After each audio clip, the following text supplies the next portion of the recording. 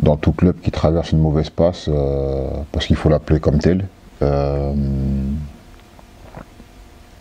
les solutions ne viennent que par le positif. Donc aujourd'hui, on est dans cette phase où il faut qu'on reste positif, mais où il faut aussi qu'on mette le doigt sur le mal qui nous ronge ces derniers temps, qui est la régularité dans les matchs, une meilleure gestion des temps forts et des temps faibles, et surtout dans l'état d'esprit, commencer à un petit peu moins réfléchir et juste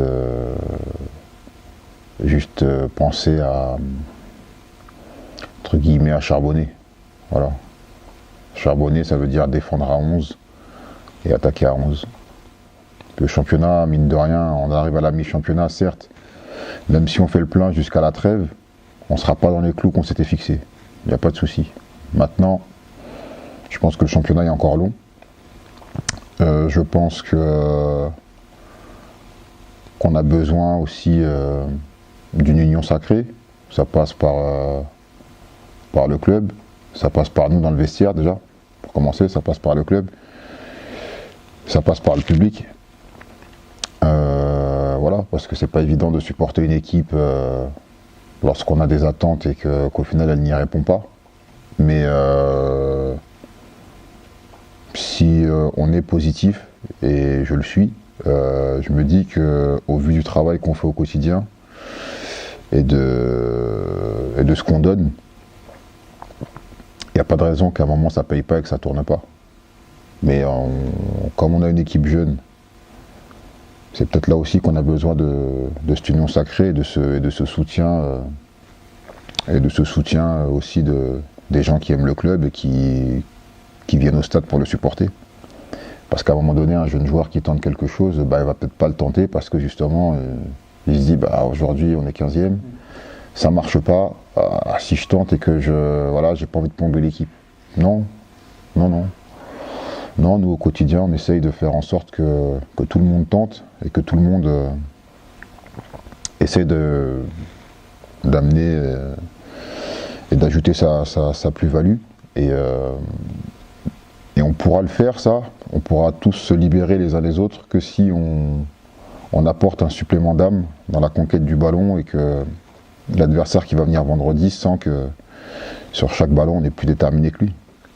Une fois de plus, ça ce sont des termes journalistiques. Nous, il n'y a pas de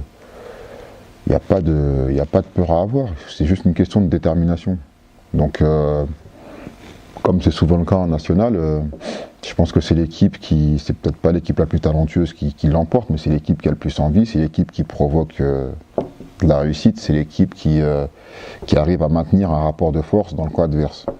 On peut parler de ce qu'on veut, ma seule préoccupation aujourd'hui, c'est d'être prêt et de faire en sorte que mes coéquipiers soient prêts, eux aussi, à faire un match où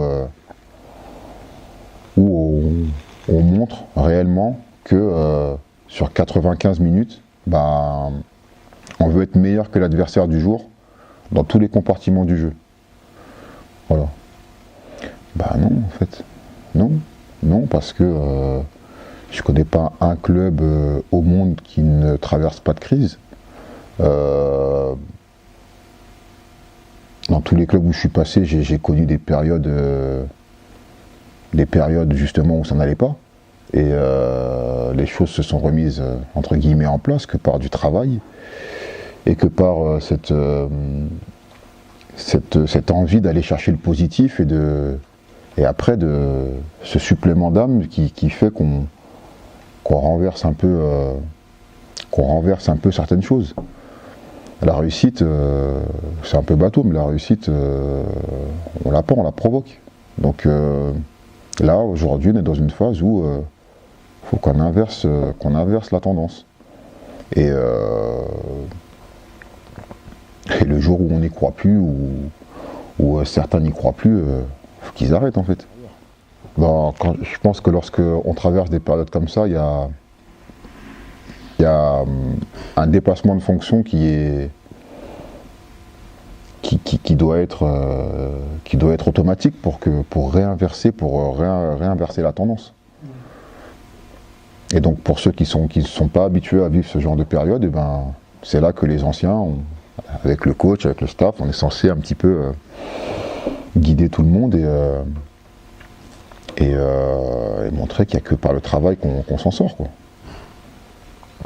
Donc nous aujourd'hui c'est montrer qu'on prend conscience de ça, c'est pas pour autant ce qui va nous faire gagner des matchs, mais juste qu'on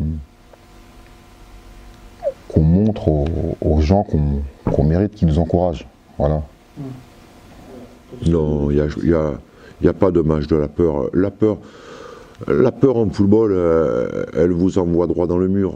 Elle vous envoie droit dans un mur. Si on a peur de jouer au football, il faut changer de métier, quoi.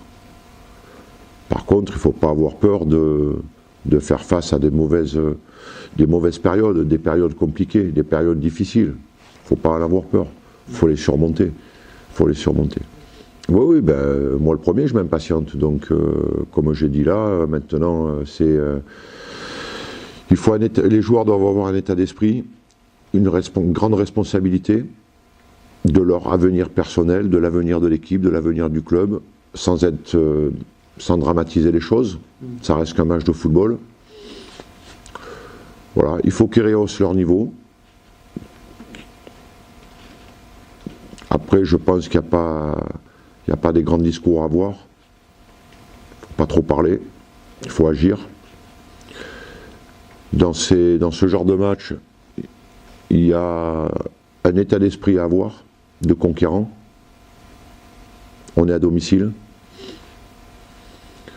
D'avoir envie de gagner plus que l'adversaire qui vient nous rendre visite. Donc ça, c'est un état d'esprit.